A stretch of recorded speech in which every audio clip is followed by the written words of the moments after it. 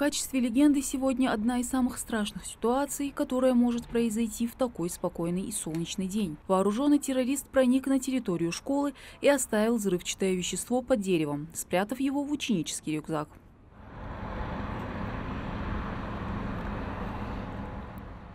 Специалист по безопасности образовательного учреждения фиксирует с камер видеонаблюдения опасную ситуацию и передает сигнал тревоги через настенный громкоговоритель. В то время ребята, которые спокойно сидели на уроках, начинают быстро эвакуироваться.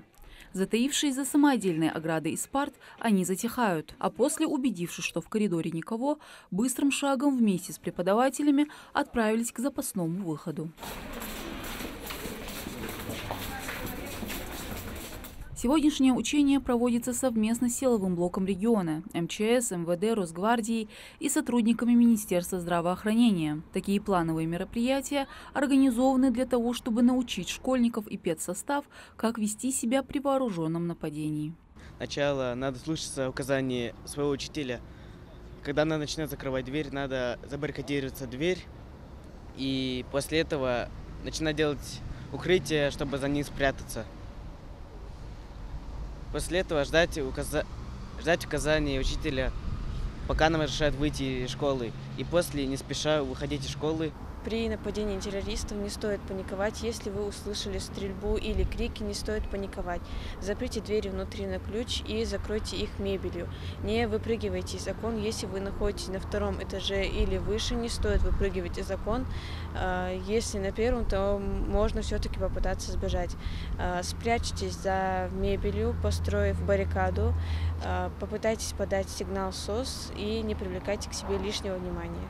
Значительную роль в этих учениях выполняет региональное управление Росгвардии. Сотрудники ОМОН «Беркут-Юг» обследуют условные опасные предметы, обнаруженные на территории объекта. Также группа вневедомственной охраны немедленно среагировала, задержав правонарушителя, проникшего на территорию школы.